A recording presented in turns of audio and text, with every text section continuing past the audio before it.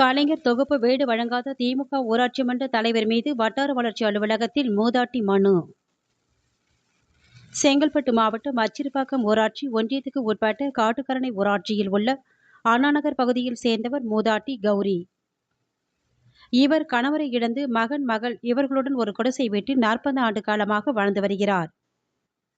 அப்பகுதியில் உள்ள திமுக ஊராட்சி மன்ற தலைவரிடம் தமிழக அரசால் வழங்கக்கூடிய கலைஞர் வீடு வழங்கும் திட்டத்திற்கு வீடு கேட்டு விண்ணப்பித்துள்ளார். அதன் பெயரில் கிராம சபை கூட்டத்தில் இவருக்கு வீடு வழங்குவதற்கான தீர்மானங்கள் நிறைவேற்றப்பட்டது. ஆனால் திமுக ஊராட்சி மன்ற தலைவர் தர்மராஜ் அவருக்கு சொந்தமான உறவினர்களுக்கு மற்றும் திமுக கட்சிக்காரர்களுக்கு வீடு வழங்கியிருப்பதாக மூதாட்டி கௌரி அச்சிறுபாக்கம் வட்டார வளர்ச்சி அலுவலரிடம் பலமுறை மனு கொடுத்தும் எந்தவொரு நடவடிக்கையும் எடுக்கப்படவில்லை என வேதனையுடன் தெரிவித்தார். இதுகுறித்து மாவட்ட நிர்வாகம் முறையாக ஆய்வு செய்து தொகுப்பு வீடு வழங்க நடவடிக்கை எடுக்க வேண்டும் என மூதாட்டி கோரிக்கை வைத்துள்ளார்.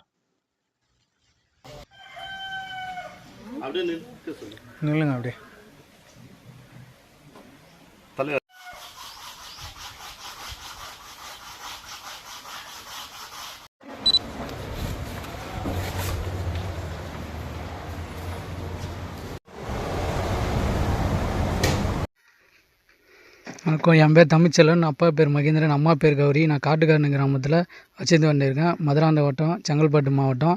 கடந்த 40 ஆண்டுமும் நான் கூரை வீட்டிலே வசிச்சுன்னு வந்திருக்கேன். இதை சார்பாக தலைவர்கிட்ட பல முறை பெட்டிஷன் கொடுத்தேன், எந்த ஒரு ஆக்ஷனும் எடுக்கலை. அந்த மேடமும் வந்து பார்த்தாங்க, அவங்களும் எந்த ஒரு ஆக்ஷனுமே எடுக்கலை. மழை பெய்கிறப்பெல்லாம் தூங்க சொல்ல கஷ்டமாக இருக்குது. சாப்பிட சொல்ல சாப்பாட்டில் வந்து செல்லும் அந்த மண்ணும் சேர்ந்து விழுது. அதனால் ரொம்ப மன உளைச்சலில் இருக்கும்.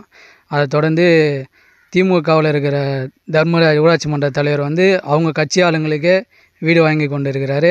அதனால் அரசு வந்து தக்க நடவடிக்கை எடுத்து எங்களுக்கு கரெக்டான ஒரு ஊதியத்தை தருமாறு கேட்டுக்கொள்கிறோம்.